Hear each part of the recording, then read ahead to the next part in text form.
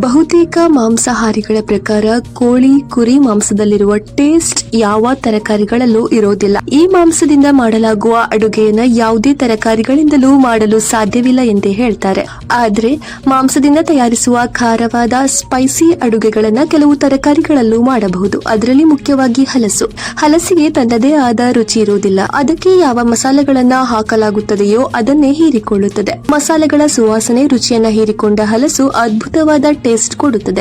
ಅದಕ್ಕಾಗಿಯೇ ಹಲಸನ್ನ ಸಸ್ಯಾಹಾರಿ ಮಾಂಸ ಎಂದು ಕರೆಯುತ್ತಾರೆ. ಹಲಸಿನ ಕಾಯಿಯನ್ನಾಗಲಿ ಹಣ್ಣನ್ನಾಗಲಿ ಬರೀ ರುಚಿಗಾಗಿ ತಿನ್ನೋದಲ್ಲ.